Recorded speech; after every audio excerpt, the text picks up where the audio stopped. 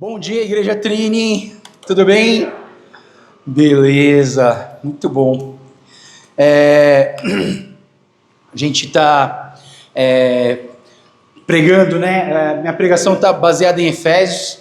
Não sei se alguém já enjoou, né? Mas eu acho que está sendo muito rica essa série de pregações, né? Deus tem abençoado muito a gente. Espero que você possa também estar acompanhando e crescendo junto com a gente nessa série, tá? A gente vai... Eu vou pregar, sempre que eu prego, eu gosto de falar sobre a visão da Igreja Trini, né? Então, se você veio pela primeira vez hoje, eu gosto sempre de falar da nossa visão, e a nossa visão é essa. É uma igreja de profunda intimidade com Deus, que se manifesta em adoração verdadeira e serviço a Deus e ao próximo, né? Então, a gente tem 3 palavrinhas básicas aqui, seria intimidade, adoração e serviço. São 3 pontos, né? Três verbos aqui para a gente, muito importante, que a gente quer criar esse ambiente de intimidade um com o outro, e principalmente nossa intimidade com Deus, e adoração ao Senhor, onde a gente pode viver a nossa verdadeira adoração ao Senhor, que a nossa vida seja uma adoração, não só cantar. Às vezes a gente limita a adoração a simplesmente cantar, mas na verdade adoração não é só cantar. Quando a gente oferta, é adoração. Quando a gente come junto com os irmãos, é adoração. Então eu adoro bastante, né? Então, tudo que a gente faz com os irmãos, né? Ontem a gente teve um encontro das mulheres, mais de 40 mulheres se reuniram. Não sei como elas conseguiram acabar até as 4, 5 horas, né? Mas assim,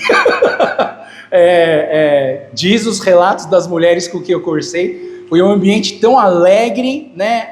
E a expressão que minha esposa trouxe para mim lá em casa foi: elas estavam felizes. Eu achei muito legal essa palavra, essa frase, né? Elas estavam felizes, né? E como é bom a gente criar esse ambiente entre nós, né? E alguns homens, a gente foi lá na casa do meu pai, fez um churrascão, a gente estava mais feliz ainda, né? Homem com carne está sempre feliz. Mas muito interessante a gente ter isso, né? E um ambiente de adoração que a gente quer ter nessa igreja, né? A gente quer ser uma igreja que adora o Senhor, que glorifica Ele e que serve a Deus e ao próximo. Meu sonho é que a gente esteja numa igreja onde todos trabalham, né? Porque às vezes a gente tem igrejas onde você tem um grupo pequeno que trabalha e o resto é espectador e fica assistindo, né? Até teve um irmão na pregação que eu falei dos dons, perguntou para mim: o pastor, não tem o dom de esquentar o banco da igreja? Eu falei: não tenho. Nunca vi na Bíblia, eu nunca vi, né? Mas isso a ideia é que a gente possa servir uns aos outros, tá? E hoje eu quero falar sobre um tema, o tema desse bloco de Efésios capítulo 4, 17 a 32, eu chamo esse bloco, né, que a gente vai estudar hoje, de o bloco da transformação. Transformação. E sabe, pessoal, eu vou dizer para você, você visita igrejas por causa da estrutura, porque é legal, porque é num shopping, porque tem restaurante coreano, porque é um ambiente gostoso, porque pessoas tocam bem. Você visita a igreja por estruturas, mas você fica na igreja porque a sua vida está sendo transformada. Pessoas que estão sendo transformadas, que sentem transformação na sua vida e na sua família, elas ficam nessa igreja.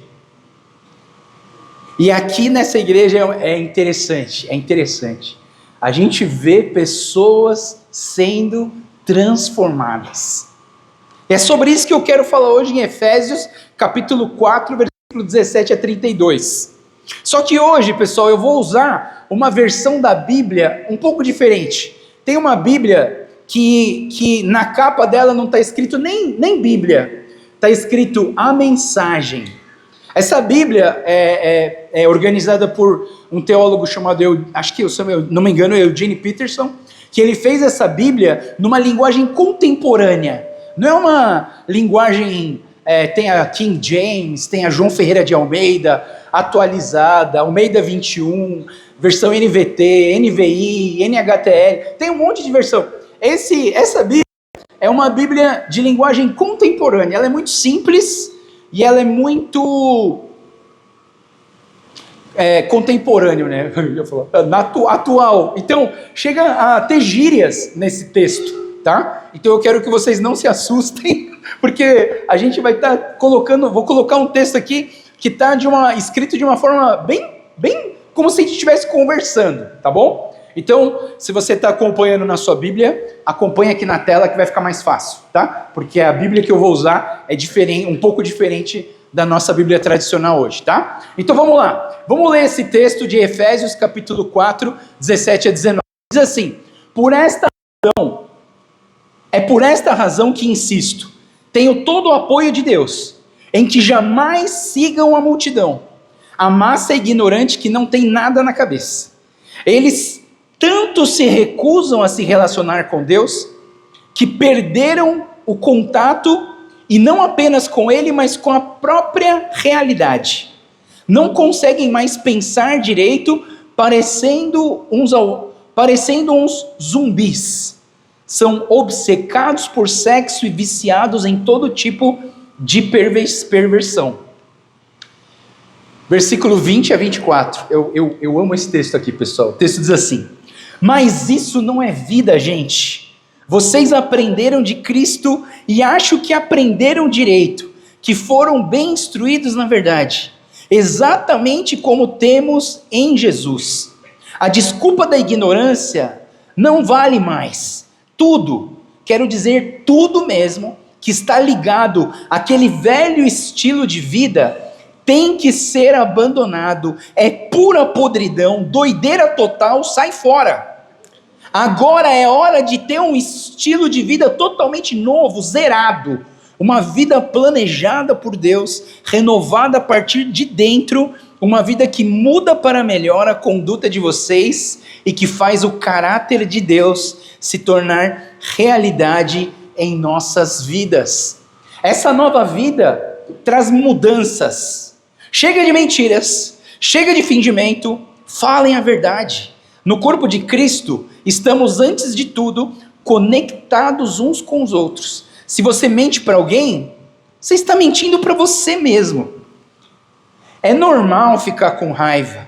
É claro que todos têm raiva.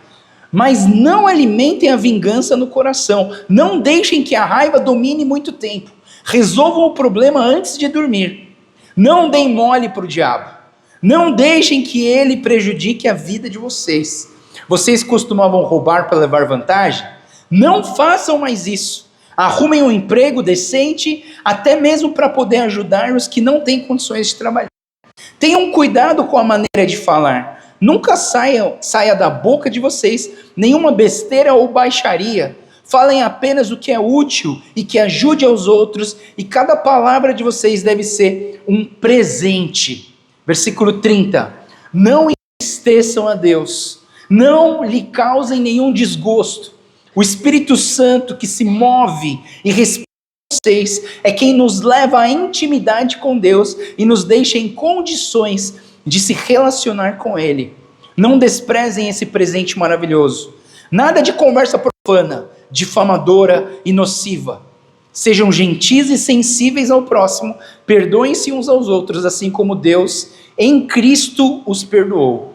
Perdão total e incondicional. Deus abençoa a gente nessa explanação da Tua palavra, Senhor. Fala no coração de cada um individualmente, Deus. Eu sei que eu vou falar para muitas pessoas aqui, mas eu oro, Pai, para que a Tua voz seja ouvida no coração de cada pessoa que está ouvindo essa palavra hoje. Por isso me usa, Deus, e usa essa pregação, para que a Tua voz seja ouvida, para que a Tua mensagem seja passada para cada um de nós. É o que nós te pedimos e oramos, em nome de Jesus. Amém. Então essa Bíblia, a mensagem, eu não costumo usar ela direto, que eu gosto mais da versão tradicional, sabe? Mas de vez em quando eu pego ela para estudar, porque ela deixa algumas coisas mais claras, né, na nossa realidade. E esse texto de Efésios, para mim, ele é muito bom de ser usado na né, nessa versão a mensagem, tá? Mas antes de começar a explanar o texto que eu vou trazer hoje para vocês, de Efésios 4, eu queria falar sobre duas coisas importantes para você partir desse princípio da vida cristã. Eu já tenho falado muito sobre isso, porque isso tenho aprendido na minha vida, no meu estudo teológico, e numa palestra que eu tenho ouvido muito desse pastor André Ricardo, e ele fala sobre os dois princípios da vida cristã: o princípio da herança e o princípio da responsabilidade. E eu queria que você também absorvesse isso, porque o texto que hoje nós estamos estudando, de Efésios, que fala sobre transformação, então existe um princípio da herança na transformação, mas existe um princípio da responsabilidade na transformação da sua vida também. E eu queria pensar um pouco com vocês, para vocês entenderem o que eu estou querendo dizer. Primeiro, a gente precisa entender sobre o princípio da herança, né? O que seria a herança? Travou.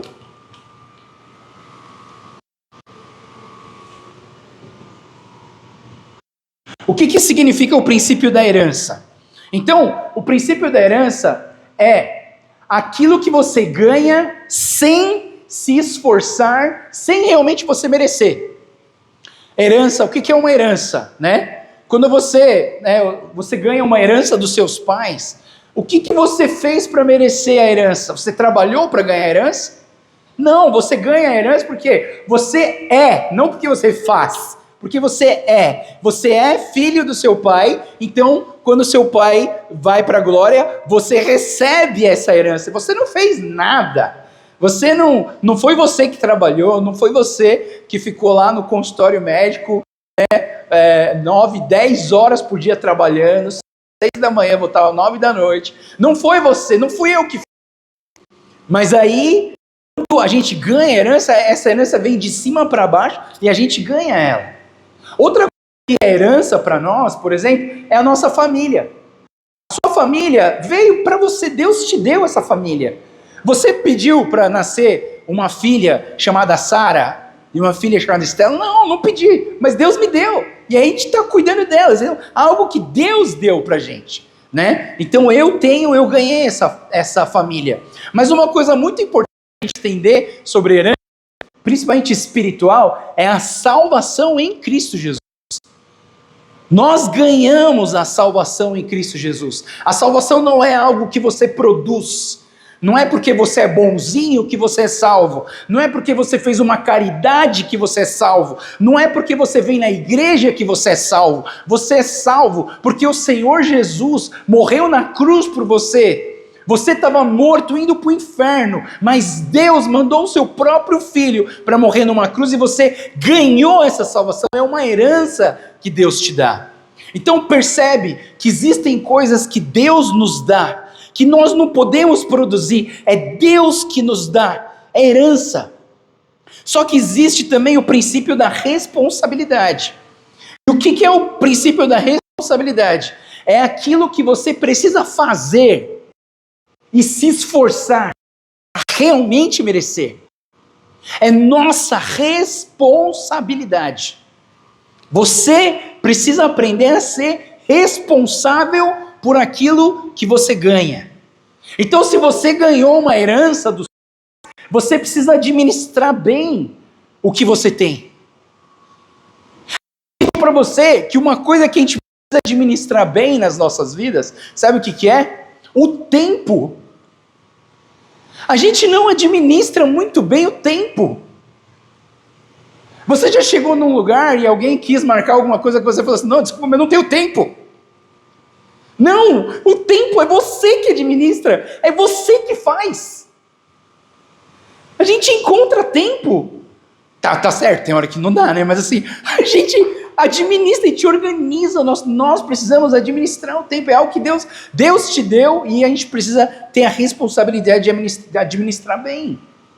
Se Deus te deu uma família, você precisa ter a responsabilidade de cuidar bem da sua família. Zela pela sua família. Cuida da sua esposa. Eu sempre falo, né? Ontem teve reunião das mulheres, né? E para mim, marido bom é quando a sua mulher tá, cada ano que passa ela tá mais bonita. Esse é o marido bom. Marido ruim é aquele marido que você chega na casa da pessoa, a mulher tá lá com aquela camisa furada e com a foto da Dilma, do presidente da eleição, e aí ela com aquela camisa arrumando a casa, toda descabelada, né? Sabe, pessoal, eu acho que a gente precisa, para você, homens, presta atenção no que eu estou falando. Marido bom é marido que tem a sua esposa, cada ano que passa ela está mais bonita. Então dá uma olhada na sua esposa e começa a tomar mais cuidado. Responsabilidade nossa. Nossos filhos, nós precisamos cuidar dos nossos filhos, nós não podemos deixar eles na mão de qualquer pessoa, nós temos que zelar por eles, é a nossa responsabilidade, a nossa responsabilidade. E se você foi salvo em Cristo Jesus, você precisa esforçar-se em viver em santidade. Pessoal, às vezes a gente bota tudo, a responsabilidade na mão de Deus, né? Já viu gente assim?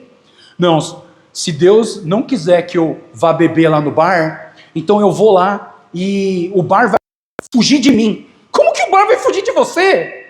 O bar vai ficar lá. É você que tem que fugir.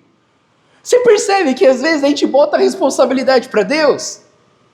A gente quer um negócio e a gente põe responsabilidade em Deus. Eu já tive um jovem que chegou para mim e falou assim: pastor, eu quero fazer a vontade de Deus. Eu falei, beleza, né? Ele falou, então, pastor, você pode orar por mim? Eu falei, posso. Por que você quer que orar? Não, é que eu estou em dúvida para namorar e eu queria saber qual é a vontade de Deus. Eu falei, tá bom, vamos orar. Ele falou, não, pastor, não, mas eu quero que você ore para eu saber se é a Renata ou se é a Roberta. Você entendeu, cara? Você não entendeu? Pode não ser nenhuma das duas. Não, pastor, tenho certeza, ou é a Roberta ou é a Renata. Eu falei, camarada, deixa na mão de Deus, percebe? Às vezes a gente fica julgando, aí depois dá errado. E o que você faz? Esse Deus, pô, o cara me colocou naquele trabalho e agora deu tudo errado. Pô, esse Deus é fogo, viu? O cara esqueceu de mim. Princípio da herança é aquilo que Deus te dá. Princípio da responsabilidade é a sua parte que você faz aqui na terra.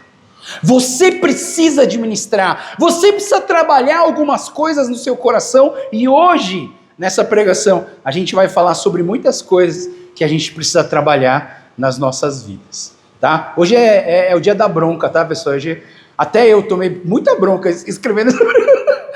Eu só tomei, oh Deus, vai mais devagar aí, né? Mas, vamos lá. Começando o texto de Efésios 17 a 19, ele diz assim, é por essa razão que eu insisto, e tenho todo o apoio de Deus, jamais sigam a multidão, a massa ignorante que não tem nada na cabeça. Tantos se recusam a se relacionar com Deus, que perderam o contato, e não apenas com Ele, mas com a própria realidade, e não conseguem mais pensar direito, parecendo uns zumbis, são obcecados, viciados em todo tipo de perversão. Eu acho que eu já falei isso uma vez, né? Alguns lugares que você vai, parece que você está dentro de um filme, um filme chamado Walking Dead. Walking Dead é um negócio assim, né? Sei lá, que deram um remédio para todo mundo, uma vacina que deu errado, todo mundo virou zumbi. Só que alguns não viraram. E esses que não viraram estão lutando para sobreviver. É uma coisa, eu não assisti também, eu só li a sinopse do negócio. Mas aí, você vai em alguns lugares, você percebe que as pessoas não vivem, elas andam conforme a massa. Quando eu era pastor aqui na Imosp, aqui embaixo, a gente tinha toda quinta-feira o sopão que a gente levava lá na Cracolândia. E quando vai na Cracolândia, pessoal, é um monte de zumbi. É um monte de zumbi. As pessoas não tomam banho, as pessoas não comem, as pessoas só ficam procurando droga. E eu ouvi falar que uma mãe levou um bolo de chocolate para um filho dela que está lá. O filho falou assim, mãe, não adianta você me dar bolo de chocolate. Ela falou, por quê? Porque eu não sinto mais gosto.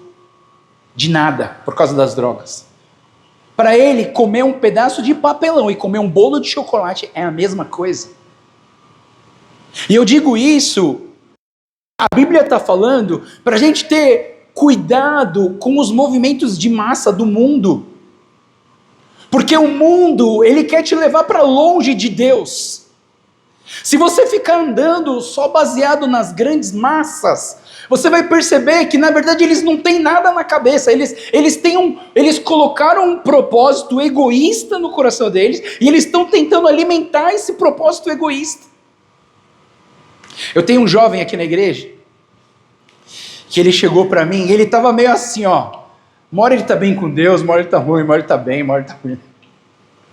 Aí ele entrou na faculdade e ele falou assim, aí ele foi na faculdade e ele voltou para mim e falou, pastor, preciso falar com você. Ele falou, rapaz, ele falou assim, pastor, eu quero voltar para Jesus. Esse mundo é muito louco.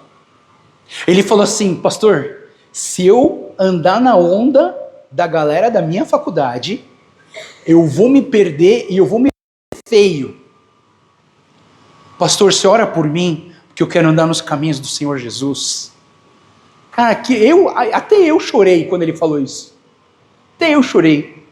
Porque ele falou, ele percebeu que o mundo, a ganância do mundo, a ostentação da carne, a ostentação dos olhos, eles querem te levar para longe de Deus. Mas, graças a Deus, um jovem chega para mim e fala assim, eu não quero andar desse jeito. Eu quero ser diferente. Por isso que esse primeiro texto, ele vai dizer para nós assim, não siga a maioria, siga Jesus. Siga Jesus. Vai ter gente para você, isso é careta. Ai, fala sério, você está vivendo dois séculos passados. Meu, para quê? Pedir para sua mãe para sair, você já é maior de idade, não precisa pedir para sua mãe. Você já faz o que você quiser. Não, experimenta esse aqui, ó. Não, experimenta esse aqui, que esse aqui é bom, esse aqui vai te deixar mais alegre. Esse aqui vai fazer você esquecer dos seus problemas. Bebe aí, bebe com a gente.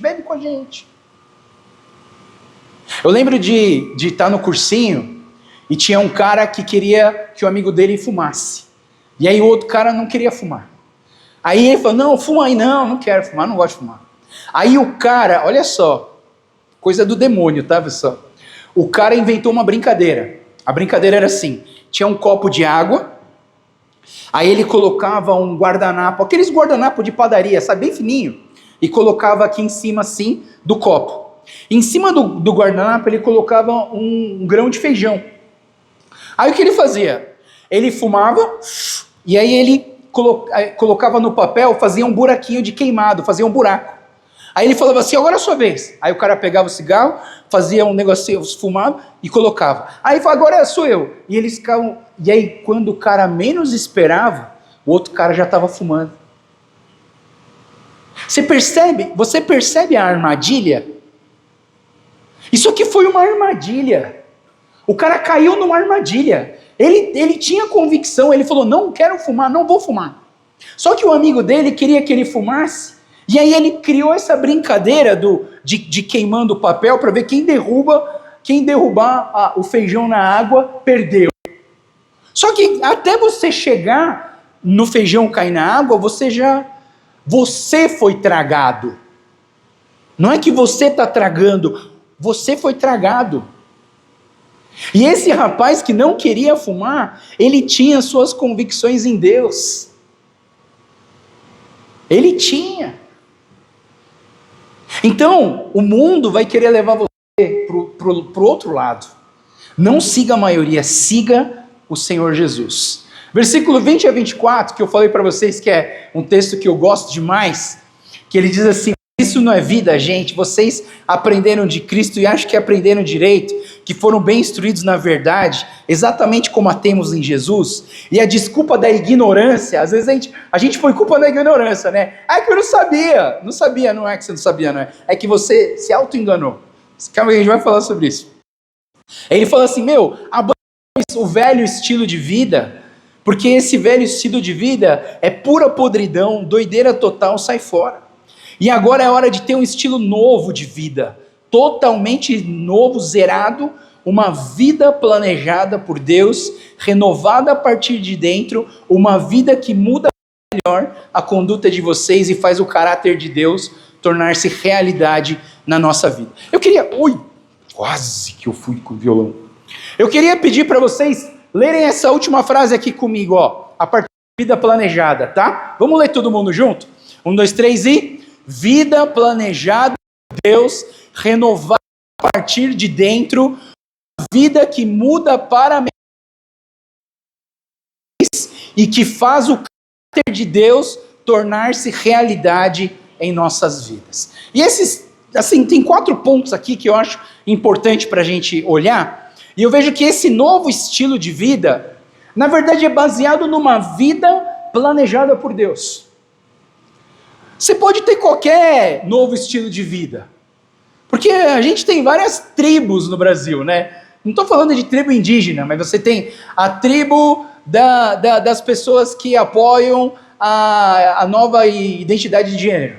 Você tem a tribo dos esportistas, a tribo dos bikers que andam de bicicleta, a tribo dos... sei lá, tem várias tribinhos que a gente tem no mundo.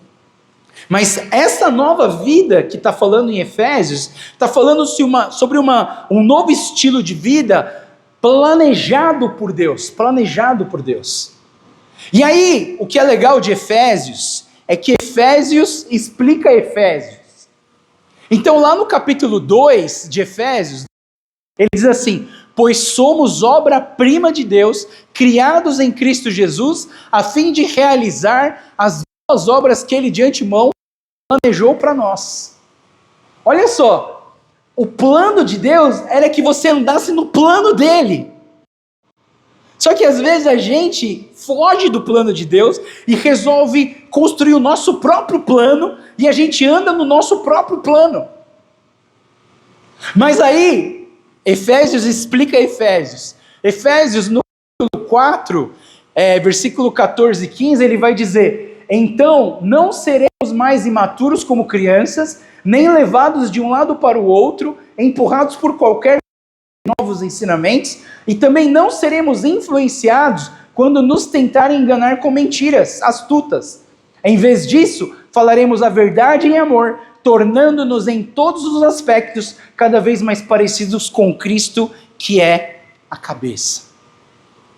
Então olha só, eu gosto de falar isso quando eu prego para os jovens, eu sempre falo isso.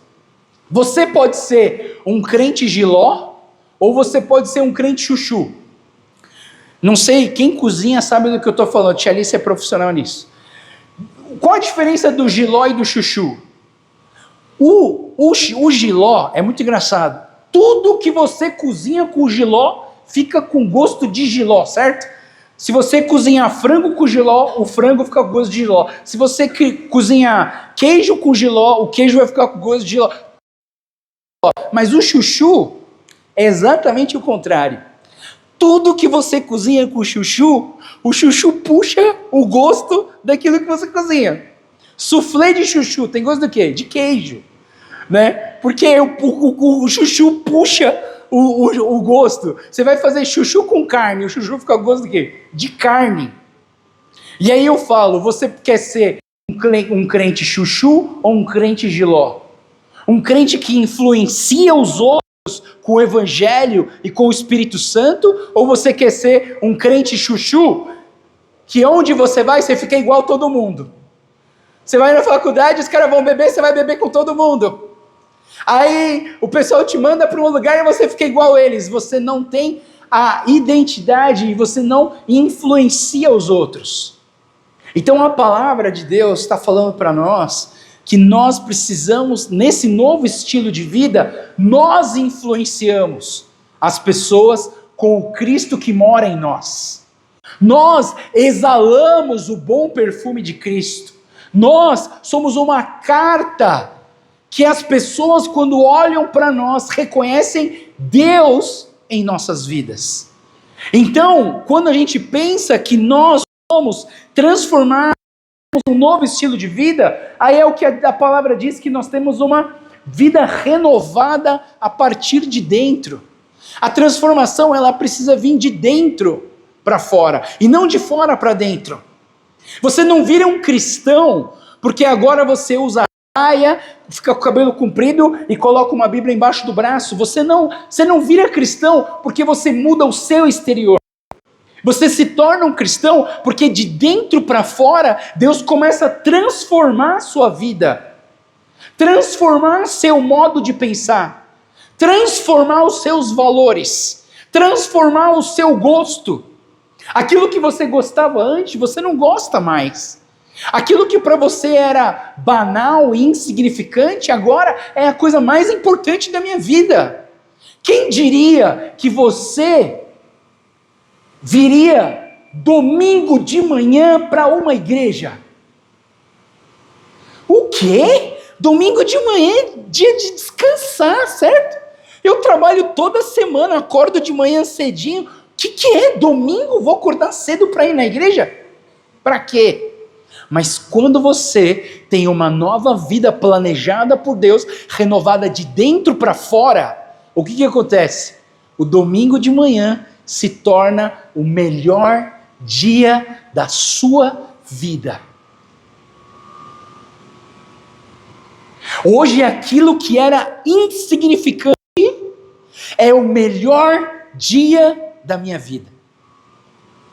Eu tenho um casal que falou assim, não, esse domingo eu não vou para a igreja. Porque eu tenho um casamento, meu sobrinho, tá? Eu tenho lá em outra cidade. Eu não vou vir, não.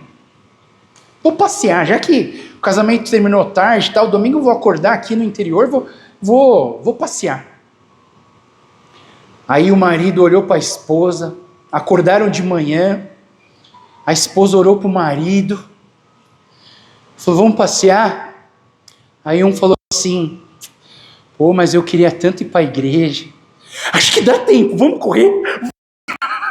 Saíram correndo e vieram para a igreja.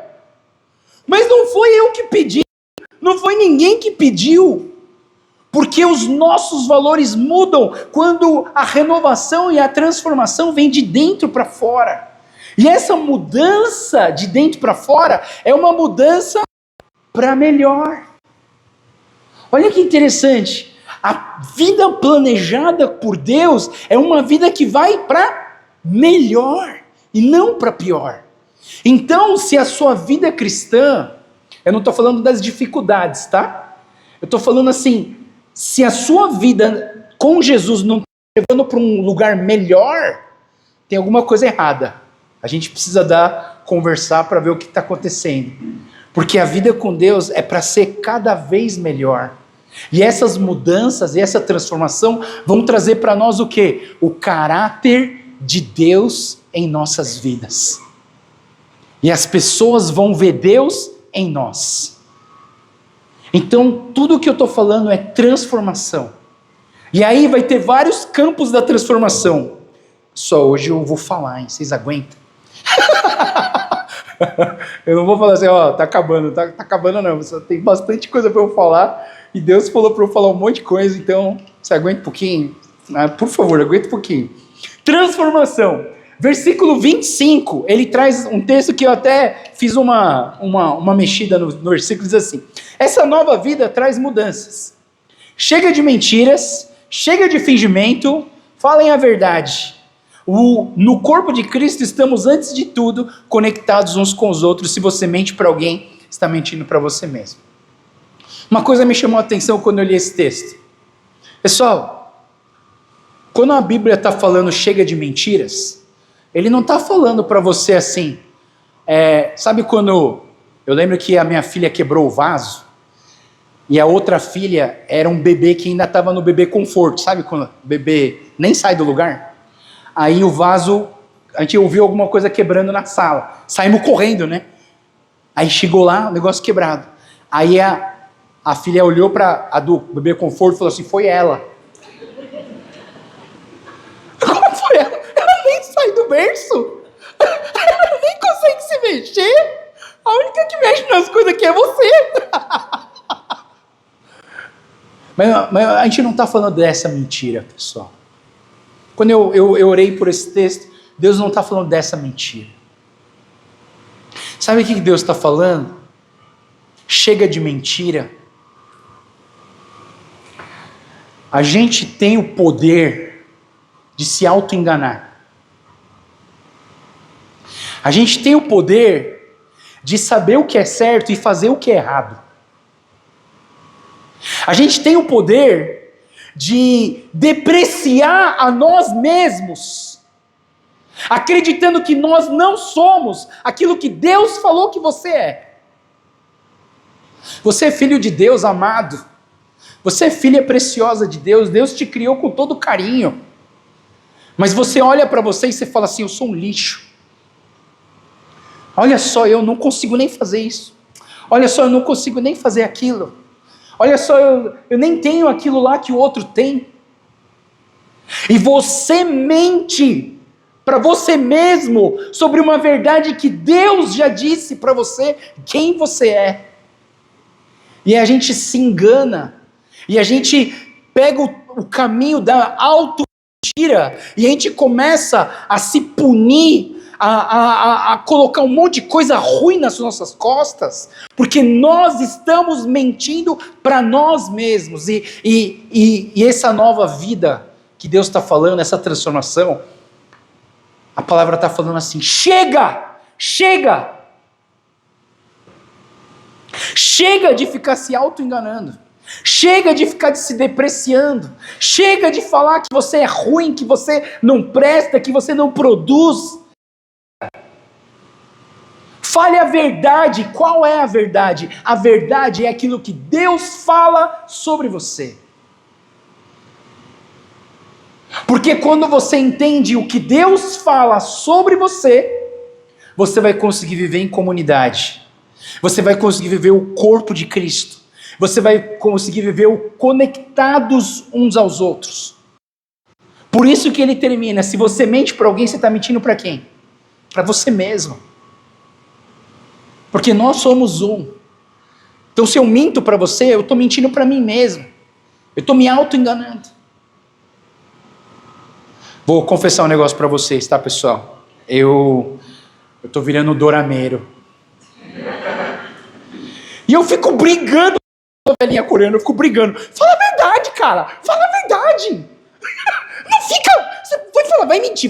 Mentiu. Ai, não, cara, fala a verdade. Eu acho que minha esposa já me pegou na televisão falando assim: fala a verdade. Fala a verdade, cara. Pra que mentir? Fala a verdade que vai ser melhor pra você. A minha vontade era que o cara me escutasse, né? Mas o cara não me escuta, o cara continua mentindo, né? Mas eu queria dizer para vocês que é importante. Já que a novela não vai me escutar, vocês vão. Por favor, né? E vocês são todos bonitos, parece ator coreano, né? Então me ouve. Segunda coisa, essa transformação, eu acho que muitos vão ser pegos aqui, principalmente eu. Transformação da raiva. Quem é que é raiva? Não precisa levantar a mão, não. Senão você vai ficar com raiva. Pessoal, eu vou até dizer para vocês, eu não poderia falar isso para vocês, porque eu sou muito raivoso. Eu sou um cara que explode e quebra coisa, sabe quando fica bravo? Eu lembro que um dia eu chutei uma cadeira e quebrei o pé, né? Porque eu estava com raiva, né? Então eu sou raivoso, mas olha só o que a Bíblia diz para nós, e eu acho que isso é muito educacional para nós. Ele diz assim: é normal ficar com raiva. É claro que todos sentem raiva, mas não alimentem a vingança no coração e não deixem que a raiva domine muito tempo. Resolvam o problema antes de dormir. Não deem mole para o diabo. Não deixem que ele prejudique a vida de vocês.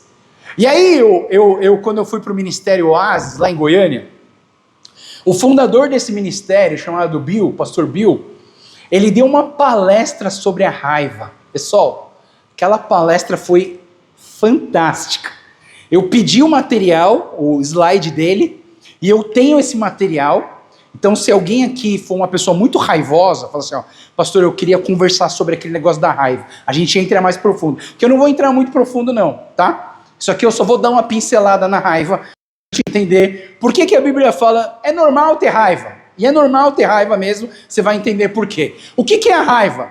A raiva é um sinal de que você está sendo machucado ou seus direitos pessoais estão sendo violados. E aí você fica com raiva, certo? Então assim, se alguma coisa na política, alguém interfere em alguma coisa na sua vida, você fica com raiva. Só que cada pessoa, a gente tem vários temperamentos diferentes. Para cada temperamento, a raiva se manifesta de um jeito diferente, certo? Os coléricos já explodem, já saem falando, já batendo na parede. Os sanguíneos, eles ficam vermelhos.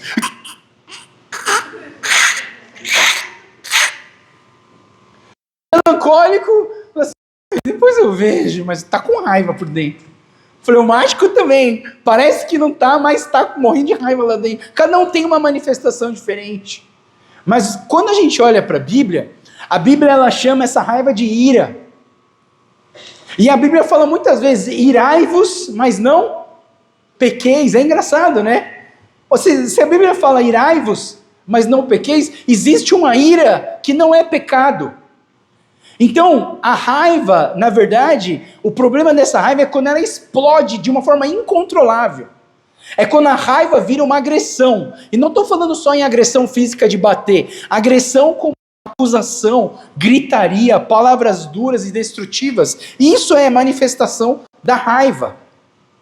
Então, quando você olha para a raiva, em Efésios 4, eu vou trazer a outra versão, não sendo a mensagem, a versão da nova versão a NVI, diz assim: e não pequem ao permitir que a ira os controle.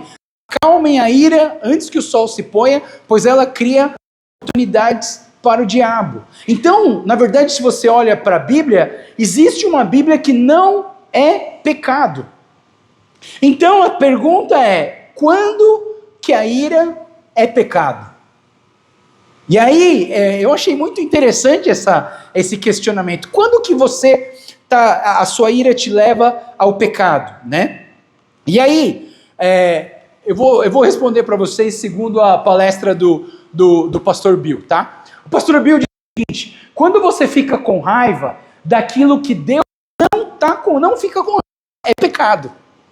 Então, por exemplo, você sabe que Deus ele odeia o pecado, certo? Então, se você ficar com raiva de um pecado que você cometeu, que o outro cometeu, tá tudo certo, porque se Deus fica com raiva desse pecado, e você ficou com raiva desse pecado, tudo bem, só toma cuidado para ele não criar uma explosão incontrolável. Mas não é pecado você ter raiva. Algumas coisas, por exemplo, política, de governo, você não aceita, fala, não é possível. Você está com raiva, mas não tem problema, porque se Deus fica com raiva daquilo, não é pecado. Mas o que Deus odeia é pecado. Em Provérbios, capítulo 6, versículos 16 a 19, diz as 6 coisas que Deus odeia e a 7ª que ele detesta. São as coisas que Deus detesta. Presta atenção. Olhos arrogantes, língua mentirosa, mãos que matam o inocente, coração que trama a maldade, pés que se apresentam para fazer o mal, testemunha falsa que diz mentiras, e olha a última: aquele que semeia desentendimento entre os irmãos. Esse último é o pior. Deus detesta pessoas que ficam colocando outras pessoas contra outras pessoas. Se você tem raiva de situações onde Deus odeia, tá tudo certo. Tá tudo certo. Mas sabe o que a gente tem raiva? Meu sapato estava... Quem tirou o sapato daqui? Ai, que raiva! Pecou. Pô, mas eu deixei a minha blusa aqui. Quem pegou a blusa? Tô com raiva. Pecou. Geralmente a raiva pecaminosa, ela vem porque você quer as coisas do seu jeito. Mãe, posso ir no shopping? Não.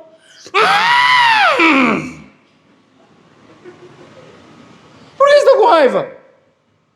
Deus fica com raiva de uma mãe que fala não para seu filho que vai... Não, então você pecou agora. E aí eu falo para você o seguinte: quem sou eu para ensinar vocês? Porque eu sou o cara mais raivoso desse planeta Terra. Se você quiser saber, pergunta para minha esposa. É só uma coisa não estar no lugar que eu deixei que eu já... Isso é errado. Pessoal, eu não vou deixar vocês só com raiva, tá? Eu vou tentar trazer uma solução para vocês, né? E tem uma solução, algumas soluções. Pessoal, eu tenho 8 dicas importantes para você controlar a sua raiva. Mas como a pregação de hoje não é a pregação da raiva, então eu vou deixar para um outro momento, tá? Eu só quero deixar 3 coisas importantes que estão nesse texto que a gente acabou de ler para a gente trabalhar. Primeiro, alimentem a vingança no seu coração. Não alimente. Né? Então, se alguém faz um mal para você, se você começar a maquinar a vingança, isso não é bom. Porque a raiva, ela é alimentada pelo senso de vingança. E nós somos naturalmente vingativos, certo? Se alguém faz uma trollagem com você e tira um sarro de você, todo mundo ri da sua cara, o que você faz? Você começa a planejar um jeito de pegar eles. Ah, vou pegar eles. Você vai ver. Né? Então, isso é alimentar a raiva. Não deixem que a raiva domine por muito tempo. Então, se você ficou com raiva, brigou com alguém, tá certo. Eu acho que o homem e a mulher têm reações diferentes. A mulher já quer falar, fala logo, eu quero saber, fala. Né? E o homem não, o homem quer entrar na caverna e não quer falar. Então, assim, minha dica é o seguinte: combina um tempo para o cara ficar na caverna. Porque se você ficar na caverna para sempre, mano, vai dar certo? Então assim, tá bom, você tá com raiva? Tá. Quer entrar na caverna? Tá bom, entra na tua caverninha. Quanto tempo você quer para ficar na caverna? Última vez que minha esposa falou para mim foi isso. Quanto tempo você quer ficar na caverna? Eu falei, 1 mês. Não, 1 mês não. 1 mês não dá. Né? Aí eu falei assim, tá, 1h30, pode ser? Pode ser. Aí minha esposa virou, foi fazer tudo o que ela tinha que fazer e me deixou por 1h30, sem ela. Eu até ficava preocupado, será que ela não vai falar nada? Não falou nada. Mas também, quando bateu o alarme, vem cá. Senta aqui, vamos resolver. Então, não deixa a raiva tomar conta por muito tempo. Marca um horário. É sério, pessoal, o que é combinado não sai caro. Né? Fala assim, ó, você quer 1h30? Tá bom. Não, eu quero 2, tá bom, 2 horas. Mas depois de 2 horas a gente vai sentar, a gente vai conversar para a gente acertar isso. Resolva o problema antes de dormir. No sentido do quê? No sentido de você não ficar protelando as resoluções, porque isso só vai fazer mal para você. Então, o que a Bíblia está falando é, não deixe a raiva dominar você. Não deixe. Por quê? Porque é prejudicial para a sua saúde.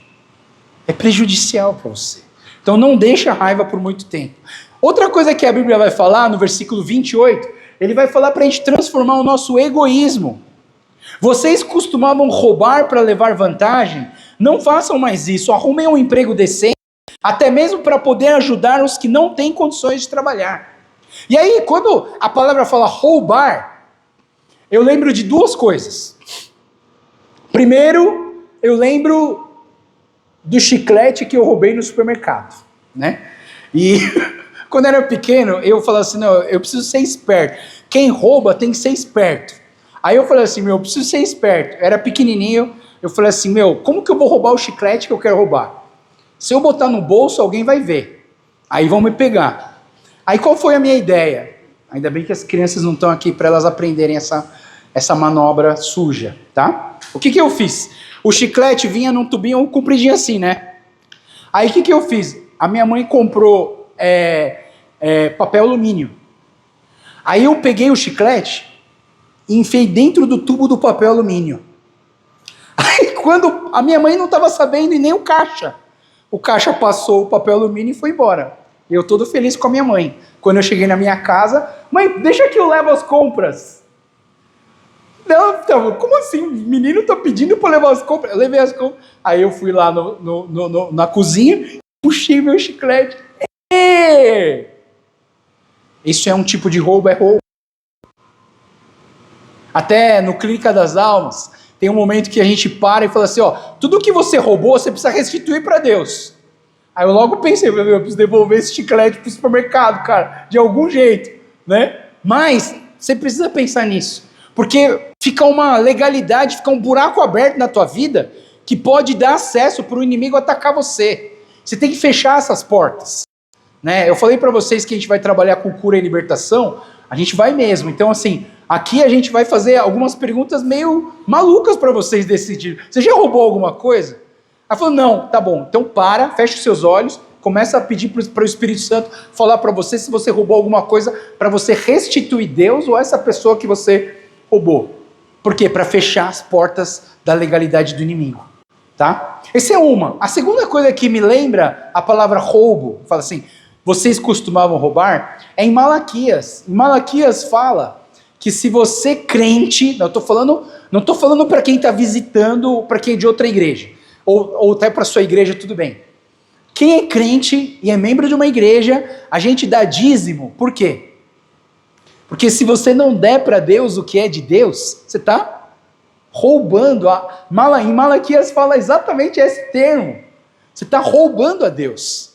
A gente tem uma outra discussão que vai ter sobre entender os conceitos de dízimo e oferta, né? Você não é obrigado a dar dízimo e oferta. Ninguém é obrigado. No Novo Testamento não existe nenhum lugar que fala que você é obrigado a dar dízimo. E eu entendo o seguinte, a oferta é um sacrifício. Você dá a oferta, você fala assim, eu quero dar uma oferta. Não, por exemplo, tem o retiro de jovens. Tem alguns jovens que não vão conseguir pagar o retiro. Então eu falo, não, no meu coração, eu quero fazer uma oferta, um sacrifício para eu pagar uma inscrição de algum jovem. Qual jovem? Sei lá. Eu vou deixar para alguém responsável do retiro. Eu vou cobrir uma inscrição de um jovem. Isso é uma oferta. Isso é um sacrifício que você faz. O dízimo é diferente da oferta. O dízimo não é um sacrifício. O dízimo é uma obediência. Se você é crente, se você crê na palavra de Deus, você dá para Deus o que é dele. E aí você dá o dízimo. Quanto que é o dízimo? Isso depois a gente conversa. A gente não precisa pensar na questão do 10%. Mas você precisa dar para Deus aquilo que é de Deus. Quanto que Deus tem te dado? E o quanto que você dá para Deus, ou na verdade que você devolve para Deus daquilo que Ele te deu. Isso não é sacrifício, isso é obediência. A palavra de Deus fala, obedecer é melhor que sacrificar. Olha só, o dízimo é diferente da oferta. Mas pessoal, eu estava orando e eu falei, Deus, será que é isso mesmo que o Senhor quer falar? Aí Deus falou, não é nenhum desses dois. Aí eu falei, Deus, mas então, o que o Senhor quer falar com, não, vocês costumavam roubar, não façam isso. E aí Deus me falou sobre uma coisa, a cultura brasileira, que é o jeitinho brasileiro. Você já ouviu falar no jeitinho brasileiro? Pessoal, por favor, eu sou brasileiro, tá? Eu nasci no Brasil, eu não estou criticando a cultura brasileira. Eu estou falando que dentro da cultura brasileira existe algo muito feio, não de Deus, que é uma coisa chamada jeitinho brasileiro. Eu não sei se alguém lembra aqui, tem uma lei que eles chamam de lei de Gerson, mas não é do nosso Gerson aqui não, da Rosana, tá? É outro Gerson. Era uma propaganda de cigarro que eles falavam que você precisa levar vantagem em tudo. Tudo que você faz, você precisa levar vantagem. E olha só o texto. Eles costumavam roubar para levar vantagem. E o que o texto falando é para a gente não ser esse tipo de gente que quer levar vantagem em tudo. Pessoal, quando eu fui para os Estados Unidos, eu era pequeno, meu pai tinha uma conferência lá dos oftalmologistas, a gente foi para os Estados Unidos, a gente foi na Disney. Eu já devia ter uns 12, 13 anos, né? Aí eu estava na fila, apareceu um menininho do nada. O menininho apareceu do nada assim, na fila. Eu falei, mãe, ele não está na fila? Não, ele veio do nada. Aí o americano que estava cuidando da fila, ele falou pro menino assim, Falou em inglês, lógico, né? Você é brasileiro? Ele falou, sou. Como você sabe? É porque você furou a fila. You cut the line, man. You cut the line. Você furou a fila. E aí eu penso, né, que acho que está meio embutido na nossa cultura brasileira essa questão de tirar vantagem em tudo. E eu acho que é por isso que quando você vai para alguns países no exterior e você come num restaurante e o garçom tem o que a gente chama de tip. O tip é a gorjeta, certo? Quando você dá gorjeta para alguém, você dá uma moeda de 10 centavos. Porque é para não pesar no teu bolso, certo? Só que lá nos Estados Unidos, o tip, ele é calculado. Ele é entre 18% a 20%. Aí você pensa assim, o quê? Eu vou comer uma refeição de R$100 e eu vou dar R$20 de gorjeta? Fala sério, minha comida vai virar R$120, certo? E aí a gente fica assim, indignado, porque a gente vai dar uma gorjeta de 20%. Sabe por que a gente faz isso? Porque não é vantagem para nós. Mas você já parou para pensar que o salário do garçom nos Estados Unidos é super baixo? E o que faz aumentar o salário dele é o tip que ele ganha quando ele serve as pessoas. E é por isso que os garçons nos Estados Unidos são tão cuidadosos com as pessoas que vão comer no restaurante. Eles têm até uma frase, the customer is always right. Ou seja, as pessoas que estão vindo aqui para consumir estão sempre certas. Ah, o pano está sujo. Você está certo, eu vou trocar para você. Ah, o garfo é menor. Tá bom, eu vou trocar para você. Nem tá. Mas eles estão sempre certos. Por quê? Porque eles dependem daquilo e o trabalho, a vontade deles, o esforço deles em te servir, vai fazer eles merecerem ou não aquele tipo. Só que muitos de nós somos egoístas. E a gente pensa assim, o quê? Vou pagar R$20 na comida só porque o cara trouxe um copo de Guaraná para mim? Você percebe, pessoal? Às vezes, a gente não leva vantagem. Nossa generosidade vai abençoar o meu próximo.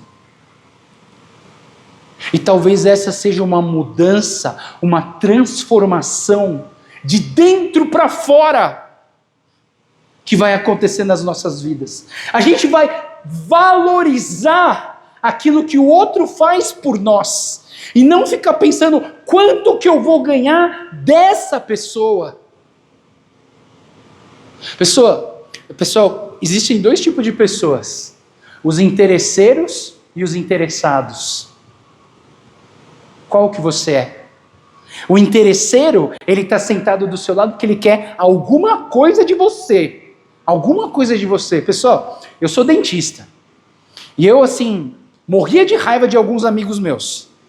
Meus amigos chegavam, me viam e falavam assim, ô Joel, que legal, tava com saudade de você. Eu falei, sério, lembrei de você essa semana. Eu falei, por quê? Porque o meu dente doeu. E se eu tratar com você, vai ser de graça. Você entende? Ele não lembrou de mim porque ele lembrou de um momento legal que a gente teve junto, não. Ele lembrou porque ele está interessado em ganhar alguma coisa de você. Existem os interesseiros e existem os interessados. E os interessados, eles estão preocupados com o seu coração. Eles estão preocupados com o seu bem-estar. Eles estão preocupados se você está passando por alguma necessidade.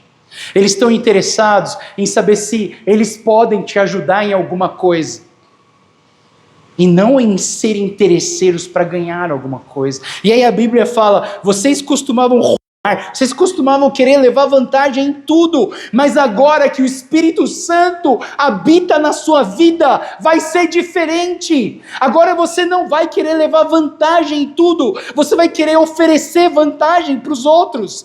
Não vai vir mais na igreja só para tomar um café da manhã, você vai fazer um bolo bem gostoso, bem molhadinho, e você vai trazer aqui para a igreja, para as pessoas comerem. Não é você que vai comer, os outros que vão comer. É uma mudança de dentro para fora, onde o caráter de Deus se manifesta em nós. Última transformação, tá, pessoal? Transformação da língua. Pessoal, transformação da língua, a língua é venenosa, certo? A Bíblia fala assim, tenham cuidado com a maneira de falar.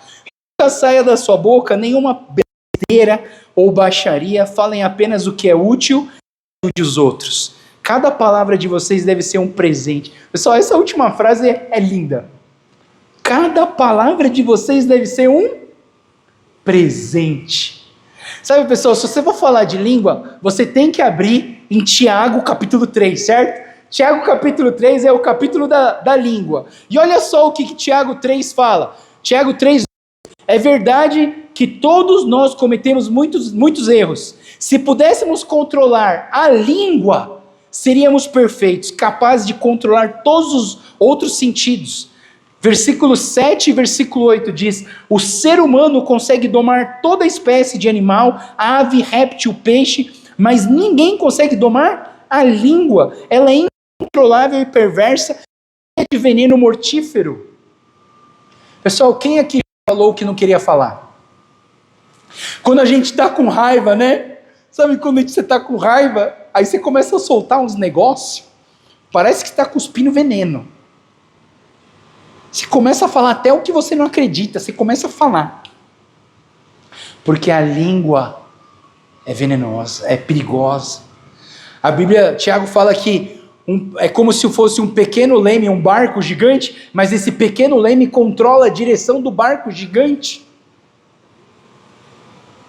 A língua, aí eu falo, sabe, pessoal, às vezes a nossa língua precisa se converter.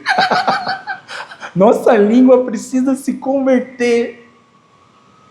Só que a resposta da língua está lá em Tiago capítulo 3, versículo 17 e 18, que diz assim, mas a sabedoria que vem do alto é antes de tudo pura e também pacífica e sempre amável e disposta a ceder a outros.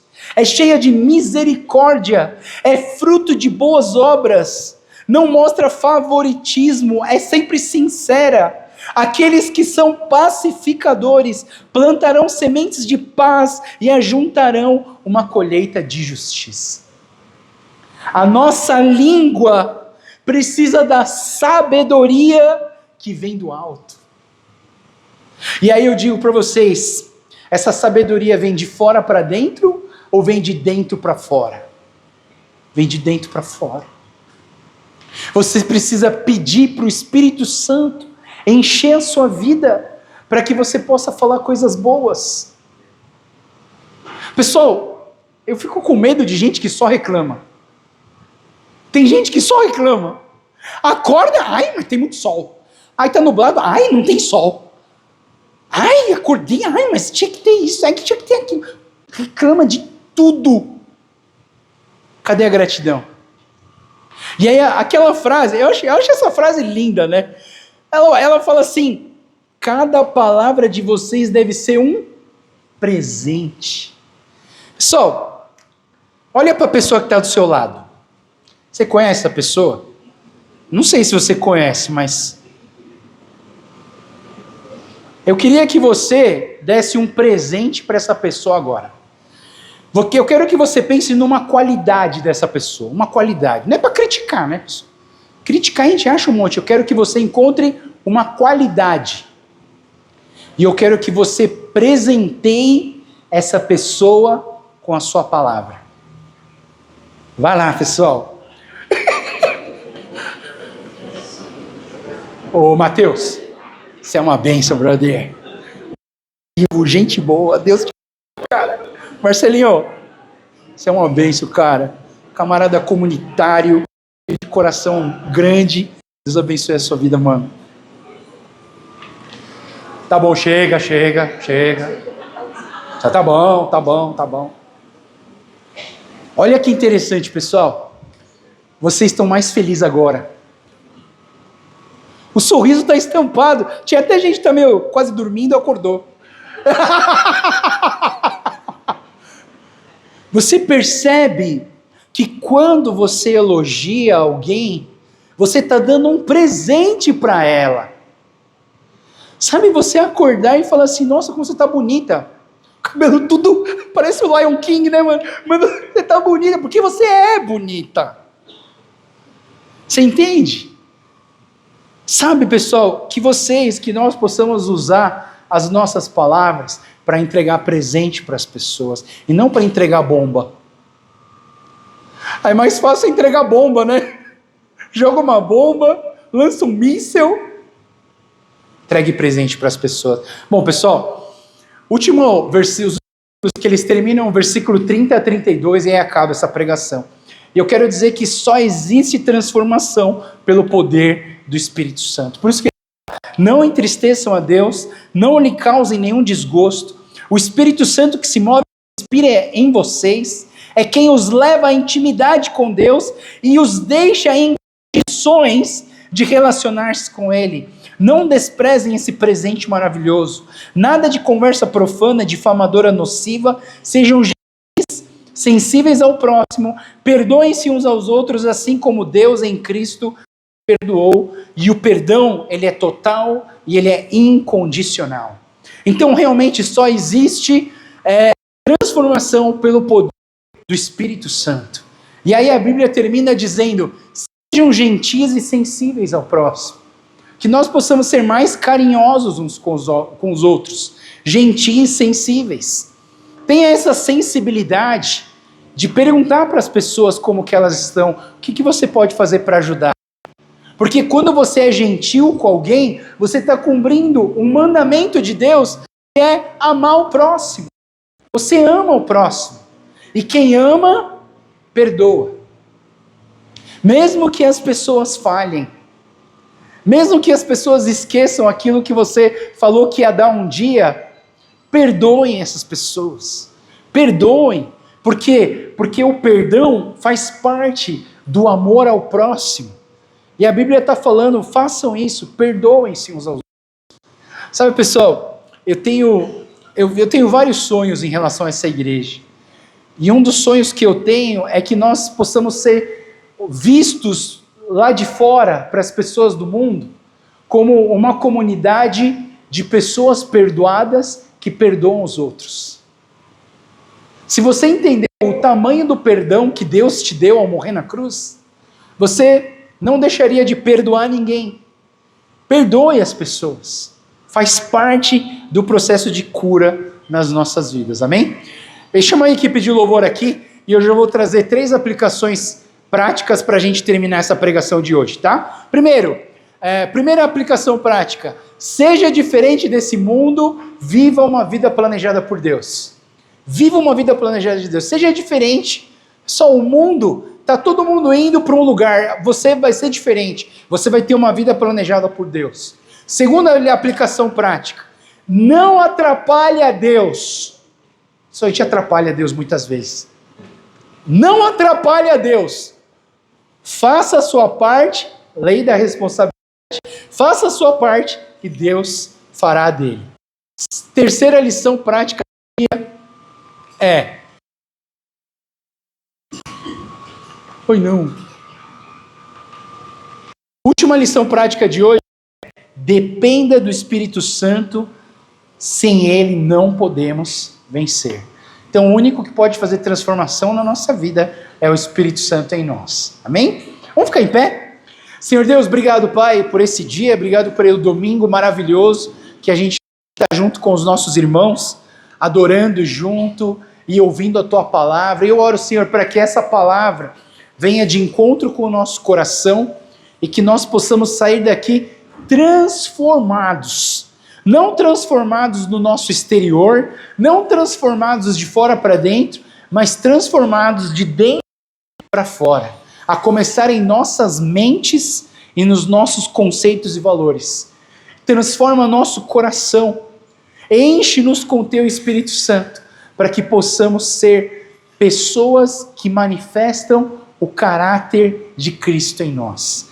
Nós te louvamos e te agradecemos e te pedimos tudo isso em nome do Senhor Jesus. Amém.